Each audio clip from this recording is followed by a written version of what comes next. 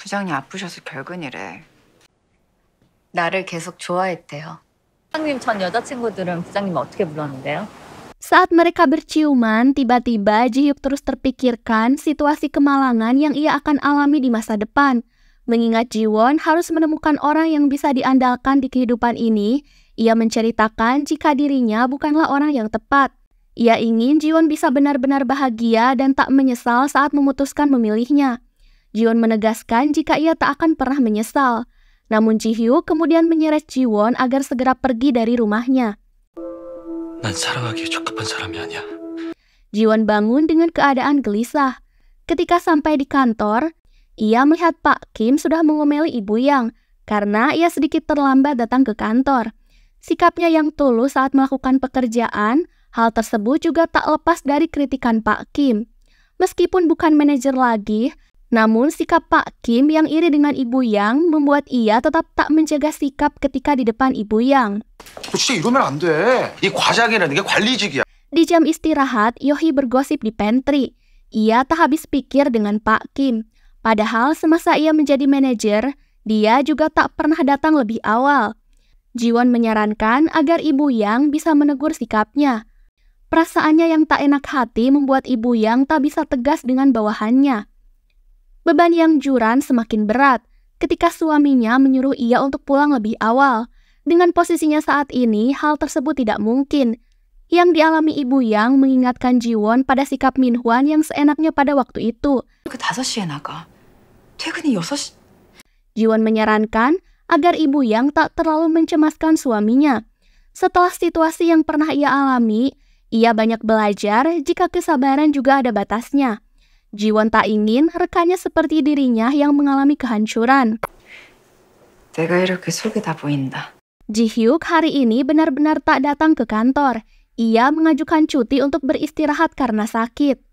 Ji-won membuatkan bubur untuk Ji-hyuk. 집에 없나? Sesampai di depan pintu rumahnya, Ji-won mendengar ada suara yang tak beres di dalam rumah itu. Karena khawatir, dengan bantuan ingatannya, Ji-won berhasil membuka sandi rumahnya. Ji-won melihat jika Ji-hyuk sudah terkapar dan sakitnya semakin parah. Melihat Ji-won ada di depannya, Ji-hyuk menyampaikan jika ia benar-benar tak bisa menjadi tanah pijakan untuknya. Namun, Ji-won akan tetap selalu di hatinya. Dari perkataannya, Ji-won kini sudah mengetahui jika ia adalah pria yang menemaninya saat mabuk di masa lalu. 그 배를 타고 있는 기분이 사라져야 할 텐데 그렇게 계속 눈에 보이면 안 되는데. 부장님이 그때 그 남자예요? Sementara, Eun-ho menghampiri Yohee saat ke restorannya. Saat ia mengajak Eun-ho untuk menonton acara musikal, tiba-tiba Eun-ho menangis karena ia sangat patah hati dirinya tak akan mampu ada dalam cerita hidup Ji-won. Ji-won merawatnya sepanjang malam, sampai ia tertidur di sampingnya. Ketika bangun, Ji-hyuk kepo dengan apa yang telah terjadi semalam. Ji-won mengatakan jika Ji-hyuk menyampaikan beberapa perkataan manis. Ji-hyuk terus mengulang-ulang jika ia begitu menyukainya. Ketika Ji-hyuk menyatakan perasaannya secara terus terang, ia merasa inilah alasannya ia hidup kembali. Ji-hyuk kemudian memeluknya dengan erat. 나를 계속 좋아했대요. 그치만 후회한다고 해도 같이 후회해요. Mereka berangkat ke kantor bersama-sama dengan rasa bahagia. Keduanya juga malu-malu saat tak sengaja saling bertatapan. 다음 주말에 뭐예요? Ketika sedang menunggu lift, Min-hwan menegur Ji-won. Karena dengan sikap acuhnya, ini membuat ia merasa tidak nyaman di depan rekan kantornya. Ji-won dengan tegas menolak, mengingat perbuatannya yang telah di luar batas. 어디서부터 잘못된 거야 이거? So-min menemui Ibu Min-hwan. Mereka membuat kebohongan dengan mengatakan jika So-min merupakan lulusan Universitas Hankuk dan ia juga sangat gemar dalam belajar. Ia juga membuat bualan tentang profesi dan masa lalu kedua orang tuanya. Setelah mendengar penjelasannya, Kim Ja-ok mulai tertarik dengan So-min dan setuju atas wanita pilihan putranya. 아주머니는 좋네. 사업하셨다고 했나? 어머니는 교사시고. 어쩌면 왜 그런 거짓말을 하니? 거짓말? 간다. 뭐? Adegan beralih di mana orang tua Ibu Yang tampak sedang memarahi suami putrinya yang hanya bisa menjadi beban dalam keluarga. Ia tak becus ketika menggantikan mengurus anak, bahkan kini berstatus pengangguran. Yang Juranlah yang mengerjakan semua pekerjaan rumah. Hal inilah yang membuat ia semakin geram. Ia bahkan menolak saat disuruh untuk bekerja di restoran mertuanya. 그래서 내가 우리 갈비집으로 출근하라고 하는 거야. Jiwon dan Ji-hyuk pergi ke pantai untuk menikmati momen berduaan. Mereka berbicara dari hati ke hati, serta mengenang momen manis mereka di masa lalu. Mereka lalu pergi ke restoran untuk makan siang. Melihat cara Ji-hyuk mencampurkan nasi ke dalam sup, mengingatkannya di masa lalu saat Ji-hyuk menyantap makanan dengan cara elegan dan berkelas. Jiwon menyarankan Ji-hyuk untuk memasukkan Jongguji ke dalam sup. 이래 찝어먹는다 안 하나? 팍팍 까먹어야 돼. Kemudian mereka menyantap hidangan tersebut dengan nikmat. Ini adalah hari pertama bagi mereka memulai kencan secara resmi. Mereka membuat momen romantis yang disaksikan oleh deburan ombak dan sunset yang begitu indah. Bagi Ji-hyuk, di dalam hatinya hanya dipenuhi dengan nama Kang Ji-won. 언제까지 나는 부장님인 건가 싶어서. Di kantor, kini tim pemasaran 1 kedatangan karyawan baru bernama Kim Tae-hyung. Karena Pak Kim duduk di meja Ibu Yang, ia salah menduga dan memberi hormat kepada Pak Kim. Secara menjengkelkan, Pak Kim terus membual jika posisi manajernya suatu saat nanti akan kembali disandang olehnya. Dengan dukungan Ji-won, saat ini Ibu Yang dengan berani menegur Pak Kim atas hasil kerjanya yang tak becus. Ia juga mengingatkan dengan status posisinya saat ini yang bukan lagi sebagai manajer untuk bisa menghormati dirinya yang sekarang menjadi atasannya. 내가 왔어. 김대리 알아야 내가 맞출 텐데. Hal tersebut tentu telah melukai harga dirinya. Ia mengeluhkan dan menjelekkan Ibu Yang di depan Min-hwan. 혜린이 아버지가 갈비솥 Malam ini, seluruh tim pemasaran sedang mengadakan pesta di restoran ayahnya yang Juran.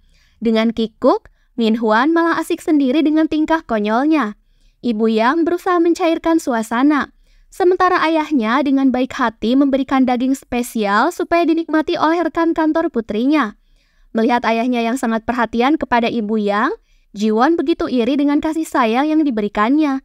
Tapi ia menyadari jika kini di sampingnya telah ada seseorang yang akan selalu menjadi tanah pijakannya.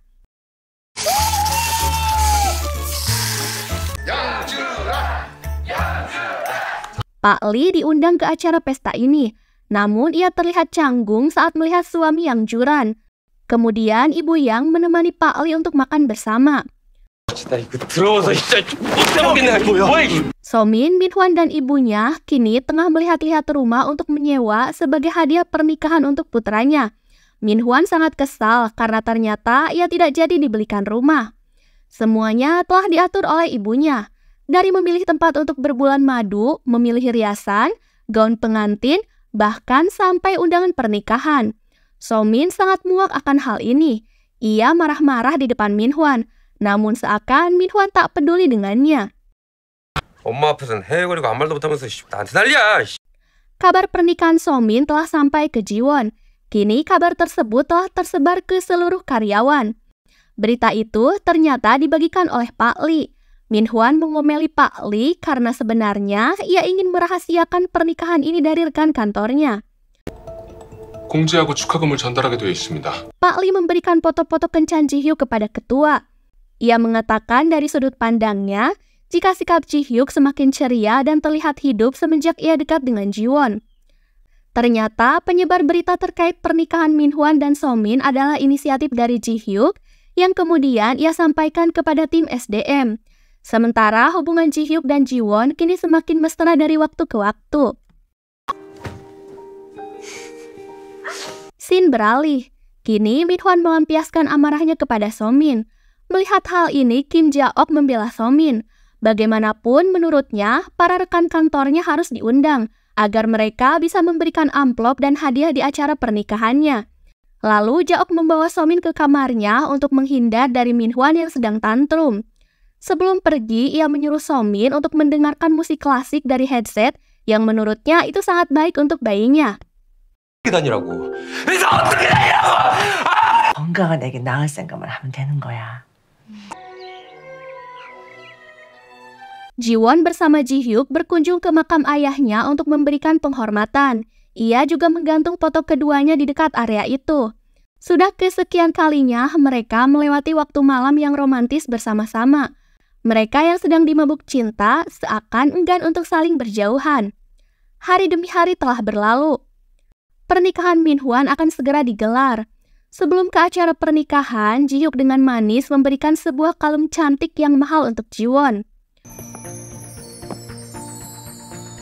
So-min dengan gugup menunggu sesi untuk pemberkatan. Ia begitu membanggakan dirinya karena merasa kali ini ia telah menang dari Jiwon. Ia juga senang karena akan membangun hubungan manis dengan keluarga barunya. Kim Ja-ok tiba-tiba datang. Ia lalu berfoto dengan pengantin. Tak lama, ibu So-min juga datang untuk menyapa Kim Ja-ok. Namun ternyata So-min membuat kebohongan. Ia menyewa ibu pengganti untuk memanipulasi keluarga Min-hwan. 기억하는 건 맞죠? 아빠는 돌아가셨고 엄마는 초등학교 교원이 너무 예쁘다. Jiwon dan Ji-hyuk telah datang. Mereka berjalan dengan cara berkelas di depan Min-hwan. Jiwon memberikan ucapan selamat dan memberikan sebuah amplop kepadanya. Namun ternyata amplop itu berisi sebuah tuntutan karena Min-hwan telah berhutang kepada Jiwon. 뭔데? Kemudian Jiwon menemui So-min.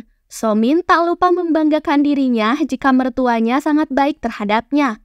Ia juga yang memilihkan gaun cantik untuk pernikahannya. Saat ditawari untuk berfoto, Jiwon menolaknya. Jiwon lalu dengan puas mengatakan, "Selamat, karena sudah memungut sampahku." Kemudian Jiwon melemparkan tas yang pernah dibelikan dari Min-hwan untuknya. 에이, 그건 아니지. 알뜰살뜰 좋은 거. Sempat terpengaruh dengan kata-kata itu, namun ia berusaha meyakinkan dirinya jika ia benar-benar telah menang dari Jiwon.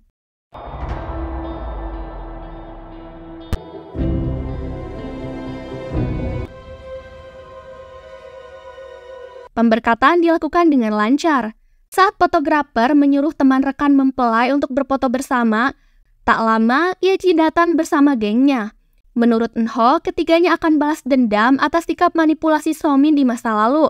부케 누가 받노? 내가 받아줄까? 지금 뭐 하는 거야? Mereka mempermalukan So-min di depan para tamu dengan mengatakan jika So-min adalah seorang pelakor. Mereka juga bersikap tidak sopan di depan Kim Ja-ok. Ini membuat acara pernikahan sempat kacau. 쌍수생생 가이가? 제가 저 밥 안 먹어요. 저 1,000원 내고 식권 받았는데. Sementara di scene lain, Pak Lee melihat Ibu Yang sedang menangis di gudang. Ketika ditanya Pak Lee tentang keadaannya, secara mengejutkan Ibu Yang menjawab jika ia terkena kanker perut. 지금 갈 수가 없어서. Dapat disimpulkan bahwa nasib penyakit Jiwon kini telah beralih ke Yang Juran.